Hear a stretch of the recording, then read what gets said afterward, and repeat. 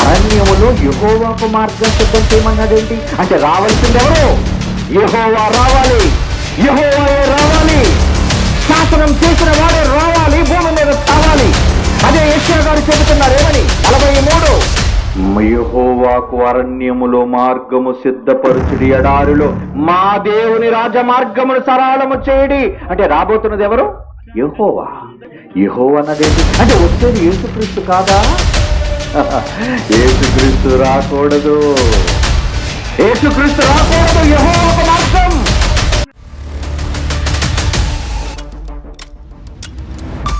ప్రభునందు ప్రియమైన దేవుని బిడ్డలారా, మీ అందరికీ మహాదేవుడును మనందరి ప్రభువైన యేసుక్రీస్తు వారి పేరిట నా యొక్క శుభాభివందనములు తెలియజేస్తున్నాను. ప్రియమైన దేవుని బిడ్డలారా, భూమి మీద మనుషులందరి పాపముల నిమిత్తం పరిశుద్ధ రక్తము కార్చి సిలువపై చనిపోయి సమాధి చేయబడి 3వ దినమున తిరిగి లేచినది యేసుక్రీస్తు అని మనం విశ్వసిస్తున్నాం. యేసు అనే పేరు శరీరధారిగా వచ్చిన తర్వాత, అనగా భూమి మీద ఆయన జన్మించిన తర్వాత పెట్టబడిన పేరు. ఆ పేరుకి అర్థం మనకు తెలుసు, రక్షకుడు అని. అలాగే ఇమ్మానుయేల్ అనే పేరు కూడా ఆయనకు కలదు. దాని అర్థం కూడా దేవుడు మనకు తోడు అని.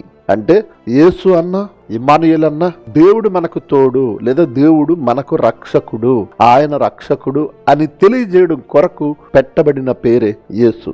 అయితే ఈయన భూమి మీద కన్యమరియ గర్భాన్న జన్మించక ముందు ఏ పేరుతో పిలువబడ్డాడు? నిత్యుడైన ఆయన, ఉన్నవాడైన ఆయనకున్న పేరేంటి? అందరూ టక్కుని చెబుతారు, ఆయన పేరు యెహోవా అని. అవును, ఆదికాండం నుంచి మలాకీ గ్రంథం వరకు యెహోవా అని పిలవబడిన ఆయనే ఆయన చేసిన శాసనాలను బట్టి, ఆయన రాసిన లేఖనాలను బట్టి భూమి మీదకు శరీరాన్ని ధరించుకుని వచ్చాడు. పరలోకమందున్న దేవుడు మనుషులందరి పాపముల నిమిత్తం రక్తము కార్చాలి గనుక ఆయన చేసిన అనాది సంకల్పము మేరకు భూమి మీదకు కుమారునిగా శరీరాన్ని ధరించుకుని రావలసి వచ్చింది. ఆయన యేసు అని పిలువబడ్డాడు. శిలువ మరణం తర్వాత ఆ యేసు క్రీస్తుగా ప్రపంచానికి ప్రకటించబడ్డాడు. ఎవరినైతే మనం విశ్వసిస్తున్నామో, ఎవరైతే మన పాపముల నిమిత్తం రక్తం కార్చాడని మనం నమ్ముతున్నామో, ఎవరైతే మన కొరకు చనిపోయి సమాధి చేయబడి తిరిగి లేచాడని మనం లోకానికి ప్రకటిస్తూ ఆయనే మా దేవుడని చెబుతున్నామో, ఆయన భూమి మీదకు రాకముందు యెహోవాగా ఉన్నాడు. అయితే నిత్యత్వములో మహా తేజస్సులో ఉన్న ఆయన భూమి మీద ఆయా సందర్భాలలో, ఆయా ప్రత్యక్షతలలో కనబడినప్పుడు ఆయన నామము కలిగిన వాడిగా భూమి మీద కొన్ని సందర్భాలలో కనబడతారు. యెహోవా దూత అని, యెహోవా వాక్కు అని, సైన్యములకు అధిపతి యెహోవా అని. ఈ విధముగా భూమి మీద ఆయా కాలాలలో ఆయా సందర్భాలలో ఆయన ప్రత్యక్షమైనప్పుడు యెహోవా అనే నామమును వ్యక్తపరుచుకున్నాడు. అంటే యేసుక్రీస్తు వారు భూమి మీదకు రాకముందు యెహోవాయే భూమి మీదకు వచ్చిన తర్వాత యేసుగా, యేసుక్రీస్తుగా ఆయన పిలువబడ్డాడు, కనబడ్డాడు. ఈరోజు మనం నమ్ముచున్నాం. అందుకే బైబిల్లో అనేక సందర్భాలు మనకు కనబడతాయి. వాటిలో ఒకటి మీకు చూపిస్తాను. అది గతంలో కూడా చెప్పాను, నేను మరలా జ్ఞాపకం చేస్తున్నాను. యెషయా గ్రంథము 40వ అధ్యాయము 3వ వచనములో, ఆలకించుడి, అడవిలో ఒకడు ప్రకటించుచున్నాడు, ఎట్లనగా అరణ్యములో యెహోవాకు మార్గము సిద్ధపరచుడి, ఎడారిలో మా దేవుని రాజమార్గము సరళము చేయుడి. బాప్తిస్మమిచ్చే యోహాను గారు పుట్టబోతున్నారు. ఆయన గురించి రాయబడిన ప్రవచనం. బాప్తిస్మమిచ్చే యోహాను గారు ఎవరి మార్గాన్ని సరళము చేయడానికి పుట్టబోతున్నాడని యెషయా గారు ప్రవచించారు? యెహోవా మార్గము సరళము చేయడానికి. మరి బాప్తిస్మిచ్చి యోహాను గారు వచ్చి ఎవరి మార్గం సరళం చేశాడు? మనందరికీ తెలుసు. యేసుక్రీస్తు వారి మార్గమును ఆయన సరళం చేశాడు. యేసుక్రీస్తుని లోకానికి చూపించాడు. ఈయనే లోక పాపమును మోసుకుని పోవు దేవుని గొర్రె పిల్ల అని. ఆయన మీద ఆత్మ రావడం చూచిన ఆయన, ఆకాశం తెరవబడి స్వరము విన్న ఆయన, ఈయనే ఇశ్రాయేలీయులను కాపాడువాడని సాక్ష్యం ఇచ్చాడు కదా. ఆ యోహాను గారు యెహోవా మార్గమును సరళము చేయడానికి రాబోతున్నాడని యెషయా గారు చెప్పారు. మరి మత్తయి సువార్త 3వ అధ్యాయములో 3వ వచనములో, ప్రభు మార్గము సిద్ధపరచుడి, ఆయన త్రోవలు సరళము చేయుడని అరణ్యములో కేకవేయ ఒక నిశ్శబ్దము. దీనిని బట్టి మనకు ఏమర్థమవుతుంది? యెహోవాయే శరీరాన్ని ధరించుకుని వచ్చాడు. శరీరధారిగా వచ్చిన ఆయనకున్న పేరు యేసు అని. భూమి మీదకి రాకముందు ఆయన పేరు యేసు అని పెట్టబడలేదు, యేసు అని పిలువబడలేదు. భూమి మీదకి వచ్చిన తర్వాత కదా యేసు అనే పేరు పెట్టుదురని దూత ద్వారా తెలియజేయబడింది. ఆయనకు ప్రవక్తల లేఖనాల ప్రకారము ఇమ్మానుయేల్, నీకు తెలుసు కదా, ఇదిగో కన్య గర్భవతి కుమారుని కలను, ఆయనకి ఇమ్మానుయేల్ అని పేరు పెట్టుదువు. ఇలా చెప్పబడిన ఈయన భూమి మీదకి వచ్చిన తర్వాత ఆయనకు యేసు అని పేరు పెట్టబడింది, ఇమ్మానుయేల్ అని పిలువబడ్డాడు. మరి భూమి మీదకి రాకముందు యెహోవా, ఆయన యెహోవాయే శరీరాన్ని ధరించుకుని భూమి మీదకి యేసుగా వచ్చాడు. మనం నమ్ముతున్న యేసుక్రీస్తు వారు, మన కొరకు ప్రాణం పెట్టిన యేసుక్రీస్తు వారు పరలోకమందున్న దేవుడు. ఆ దేవుడే మనుషులందరి కొరకు మానవ రూపం ధరించాడు. ఆయనే యెహోవా యేసుగా పిలువబడ్డాడు. ఇది కదా మనకు తెలిసిన సత్యం, ఇది కదా బైబిల్ చెబుతున్న లేఖనం. కానీ బైబిల్ ఓపెన్ యూనివర్సిటీ ఉంది చూశారు, వింత బోధలు చేస్తూ ఈరోజు సమాజంలో తమ అజ్ఞానాన్ని చాటుకుంటున్న Bible open university joint director Prasanna Babu garu ఏం మాట్లాడుతున్నారో ఒక్కసారి వినండి. ఏమండి, పాత నిబంధనలో ఏమని రాయబడిందో, బాప్తిసమిచ్చే యోహాను గారు యేసుక్రీస్తు రాకను గూర్చి ఏమని ఆయన మాట్లాడారో ఒకసారి చూద్దాం. Interesting mystery. ఏమన్నాడు? మత్తయి సువార్త 3:3 ప్రభువుకు మార్గము సిద్ధపరచుడి, ఆయన త్రోవలకు సరళము చేయుడి, అరణ్యములో కేకవయ్య ఒకని శబ్దమని ప్రవక్త యెషయా ద్వారా చెప్పిన వాడితడే. ఎవరతను? బాప్తిసమిచ్చే యోహాను గారు. బాప్తిసమిచ్చే యోహాను గారు ఎవరిని గురించి చెప్పారు? రాబోయే యేసుక్రీస్తు వారిని గూర్చి. అంతే కదండి. రాబోచు లోక పాపములు మోసుకొని పో దేవుని గుర్ర పిల్లని ఆయనే కదండి చూపించారు బాప్తిసమిచ్చే యోహాను గారు.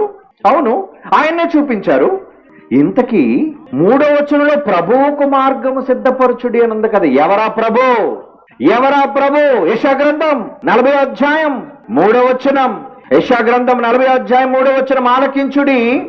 అరణ్యములో ఒకడు ప్రకటించుచున్నాడు, అరణ్యములో యెహోవాకు మార్గము సిద్ధపరచుడి. ఎవరికి మార్గం? యెహోవాక.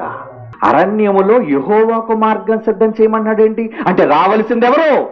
యెహోవా రావాలి, యెహోవాయే రావాలి, శాసనం చేసిన వాడే రావాలి, భూమి మీద చావాలి.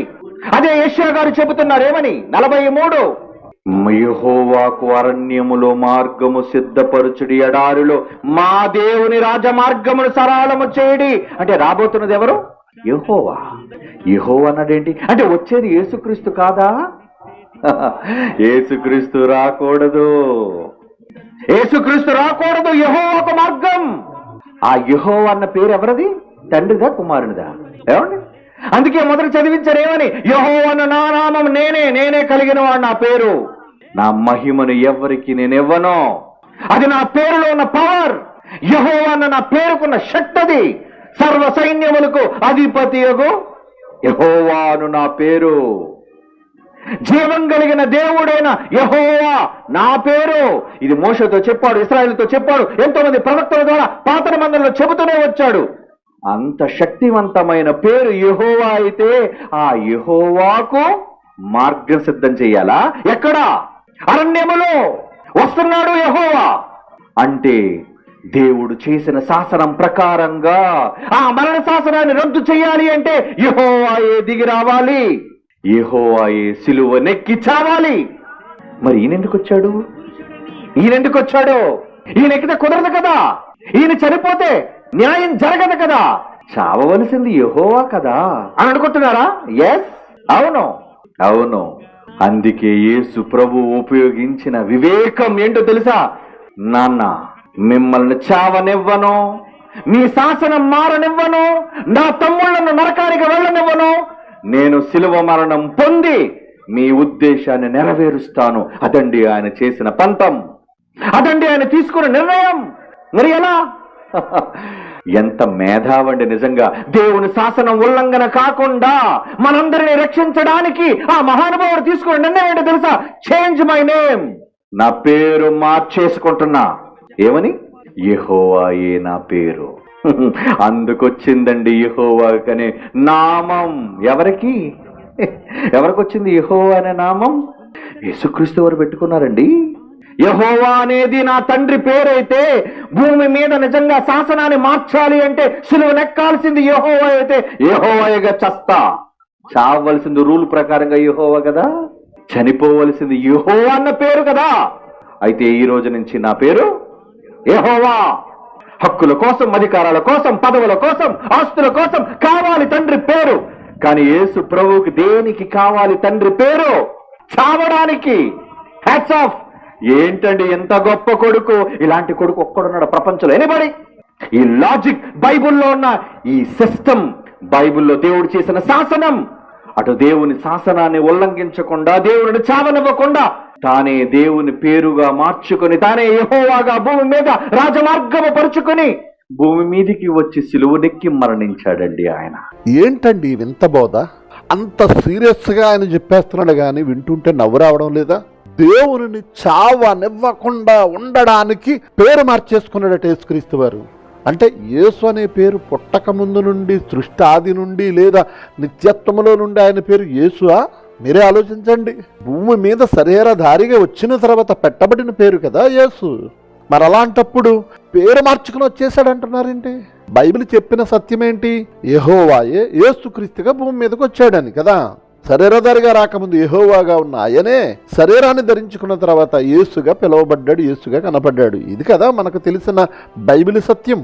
మరణ శాసనం ఎవరు రాశారో అతడు చావాలి గనుక, ఆ మరణ శాసనం రాసిన వాడి దేవుడే గనుక, దేవుడు చచ్చిపోతే కొడుకు చూడలేకట, నాన్న నువ్వు చచ్చిపోవడం ఏంటి, నీ కొరకు శాసనం నెరవేర్చడం కొరకు, నా తమ్ముళ్ళు నరకానికి పోకుండా ఉండడం కొరకు నేను పేరు మార్చుకుని వెళ్తాను నాన్న, పేరు మార్చుకుని వెళ్తాను నాన్న. ఇదేం బోధండి? అంటే దేవునికి భవిష్యత్ తెలియదు అన్నమాట. భవిష్యత్ తెలియకుండానే శాసనాలు రాసేసాడన్నమాట. అనాదిలోనే మనుషులందరి కొరకు కుమారుడిగా ఆయన వస్తాడని, శరీరాన్ని ధరించుకుని వస్తాడని ఆయన సంకల్పం ఆయనకు తెలియకుండా ఉన్నట్టు, భవిష్యత్ తిరగకుండా ఆయన లేఖనాలు రాసేసి పొరపాటున ఆ రాసినందుకు శాసనాలు ఆయనే చచ్చిపోవలసిన పరిస్థితి వచ్చినట్టు. ఏంటండి ఇది? దేవుడు చనిపోవడమా? దేవుడు ఉన్నవాడు, నిత్యుడు, ఆది అంతము లేనివాడు, ఆయన చనిపోవడం ఏంటండి? నేనే చచ్చిపోవాలి అని తండ్రి అంటుంటే, నాన్న నువ్వు చావకూడదు, ఆ శాసనం రద్దు అవ్వకూడదు, ఆ శాసనం నెరవేరబడాలి, కాబట్టి నీ పేరిట నేనే పేరు మార్చుకుని వెళతాను. ఇదేం బోధండి? ఎంత విడ్డూరంగా ఉందో చూసారా? ఎంత వింతగుందో చూసారా? నేను నా తండ్రి నామమున పంపబడ్డాను అని చెప్పిన ఆయన యెహోవా పేరిట వచ్చువాడని ఎవరి గురించి చెప్పబడ్డాడు? ఆయన శరీరధారిగా రాకముందు యెహోవాగా ఉన్న ఆయననే నేను అని చెప్పడానికి, ఆయన నామమును ధరించుకున్నాను లేదా ఆయన నామమును వచ్చి ఉన్నాను అని చెబుతున్న సందర్భాన్ని వీరికి అర్థం కాక, వీరు అపార్థం చేసుకుని దేవుడిని చావనివ్వకుండా చేయడానికి, దేవుడు చావకుండా ఉండడానికి యేసుక్రీస్తు వారు పేరు మార్చుకున్నాడట. ఇదేం బోధండి? నమస్కారం అయ్యా ప్రసన్నబాబు గారు, ఎందుకన్నా మీరు ఈ విధంగా మారిపోయారు? ఆ పక్కనున్న వారు చెప్పడం లేదా? ఒక పక్క డిప్యూటీ డైరెక్టర్, మరొక పక్క అడిషనల్ డిప్యూటీ డైరెక్టర్, ఎందరో ప్రిన్సిపాల్స్ అంతా కూర్చున్నారు కదా. వాళ్ళకేమైంది? బుద్ధి జ్ఞానం లేదా వాళ్ళకి? కనీసం ఒక్క మాట అన్నా ఈ వచనం యొక్క అర్థం అది కాదు, ఈ వచనం యొక్క వివరణ అది కాదని వారు మీకు చెప్పే ఇంగిత జ్ఞానం కూడా లేదా వాళ్ళకి? వారి నాయకుడు ఉన్న మీరే ఎలా ఉంటే వాళ్ళు ఎలా ఉన్నారు ప్రజలు ఊహించుకుంటారన్నా? ఎందుకన్నా ప్రసన్న బాబు గారు రోజు రోజుకి ఎలా దిగజారిపోతున్నారు? పాత నిబంధనలో యెహోవా మార్గము సరళము చేయడని రాయబడి ఉన్న యెషయా గ్రంథంలోని మాట మత్తయి సువార్త 3వ అధ్యాయములో యేసుక్రీస్తుకి వర్తింపజేస్తున్నాడంటే దేవుడు ఆయనే ఈయనని కదా అర్థం. సింపుల్ కదా, సింపుల్. వచ్చిన ఆయన యెహోవాయే, భూమి మీద శరీరధారిగా ఉన్నాడు గనుక యేసు అని పేరు పెట్టబడి యేసుగా కనబడ్డాడు. ఇది కదా వివరణ. ముందుగా మీరు యేసుక్రీస్తును దేవుడు కాదని చెప్పే కోణములో, తండ్రితో సమానుడు కాదని చెప్పడంలో, అలాగే తండ్రే గొప్పవాడు అని చెప్పే క్రమంలో ముందు బోధలు చేసేసారు గనుక వాటికి ఎక్కడివన్నీ అడ్డొస్తాయో అని ఈ వచనాలను ఇలా దారి మళ్ళీ చేసి వక్రీకరించి ఇలా తప్పుడు బోధ వందల మంది ప్రజల మధ్య బోధిస్తున్నారంటే ఆ ప్రజలందరూ నాశనానికి వెళ్ళిపోరా? వారు ఎవరినైతే నమ్ముతున్నారో ఆ దేవుని కొరకే సరైన అవగాహన లేని ఆ ప్రజలకు మీరు మరింత వక్ర మార్గం పట్టించే బోధ చేస్తుంటే వారు మీరు కలిపి ఎక్కడికి పోతారన్నా? ఎక్కడికి పోతారు? ఒక్కసారి ఆలోచించుకోండి ప్రజలారా. మీరు కూడా ఒక్కసారి ఆలోచించండి. ఇలా రోజుకి దిగజారిపోతున్న ఈ బైబిల్ ఓపెన్ బట్టి బోధలను మీరు కూడా ఖండించండి అర్రా. చాలా ప్రమాదకరమైన బోధలు ఇవి. క్రీస్తు దైవత్వమును, దేవుని యొక్క తత్వమును రూపుమాపి దేవుని ప్రజలతో, మనుషులతో సమానం చేసేసి దేవుని అతి తక్కువగా చూపించే బోధలు ఇవి. దేవుని ఔన్నత్యాన్ని దెబ్బతీసే బోధలు ఇవి. దేవుని నామమును గణహీనపరిచే బోధలు ఇవి. ఇలాంటి బోధలు చేస్తున్న వీరిని ఏమనాలి? ఈ మాటలు వింటున్న మీరైనా సరైన నిర్ణయం తీసుకోండి. లేఖనాలను సరిగా ఆలోచించడం, అవగాహన పెంచుకోవడానికి ప్రయత్నించండి. దేవుడట్టి గొప్ప ధన్యత మీ అందరికీ, మనందరికీ అనుగ్రహించునుగాక. ఆమేన్.